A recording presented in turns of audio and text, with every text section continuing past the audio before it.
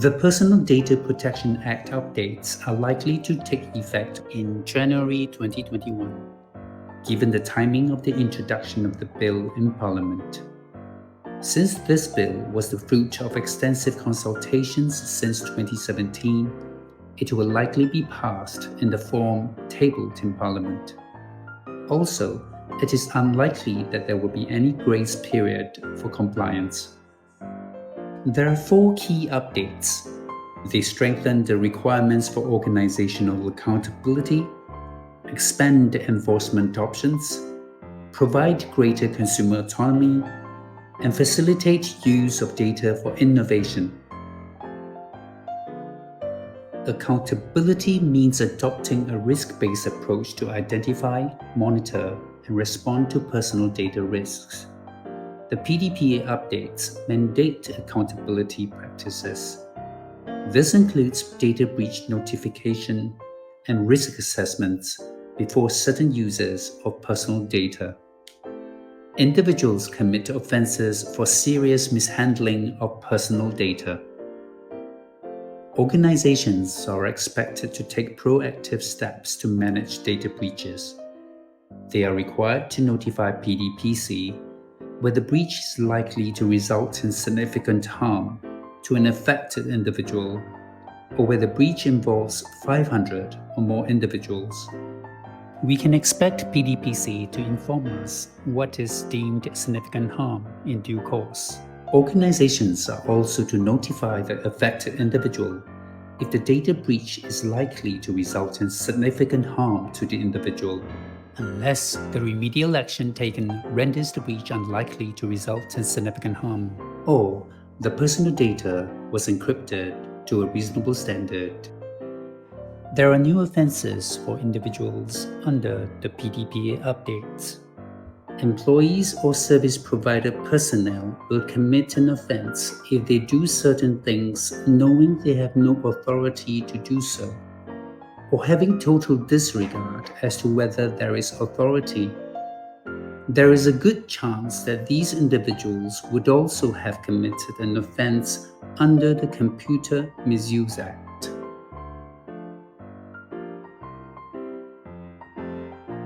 If you were instructed by your supervisor to carry out the offending act, then you have not committed an offense. You also have a defense if you are merely accessing publicly available data. You too have a defense if you are, for example, a penetration tester or cybersecurity expert authorized to test the effectiveness of an anonymization system. The next key update is in enforcement. PDPC may accept an undertaking in lieu of investigations. The organization must be able to demonstrate that it has robust internal monitoring. It must also be ready to implement breach management plans. Approved dispute resolution schemes will be available to help resolve disputes between organizations and customers amicably. The Commissioner can direct a complainant and the organization to go to mediation under an approved dispute resolution scheme. Irresponsible organizations face higher financial penalties of up to 10% of annual turnover in Singapore, or 1 million Singapore dollars. The increase is in line with other local legislation such as the Telecommunications Act. The third key update is in the area of consumer autonomy or control. The data portability obligation requires service providers to provide data to another service provider at the request of the customer. This obligation applies to only categories whitelisted by regulations. Regulations will also prescribe technical requirements for porting. The data portability obligation commences when regulations are issued. Updates on the Do Not Call provisions and the Spam Control Act will give more protection from unsolicited messages across all direct communications platforms. For egregious conduct like robocalls, there will be higher financial penalties. D&C will be enforced under the PDPA administrative regime. Good accountable organizations will be able to confidently exploit the new regime that supports innovation. For each of these purposes or exemptions, consent will not be required to collect, use, or disclose personal data. In other areas, there is also an easier way to obtain consent, by notification with a reasonable opt-out period.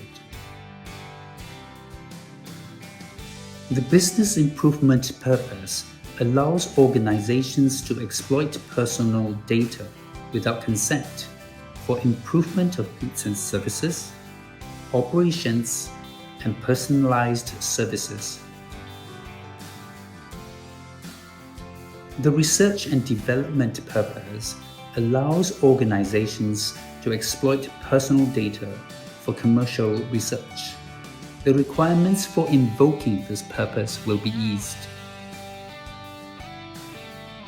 The legitimate interests purpose allows organizations to handle personal data to protect the lawful interests of the organizations or the public.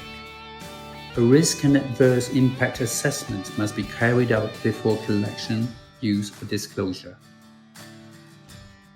The contractual performance purpose allows organizations to disclose personal data to a business partner or contractor in order to fulfill a contract between the organizations and their customers.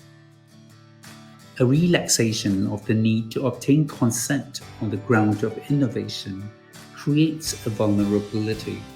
This vulnerability is mitigated by a number of key safeguards.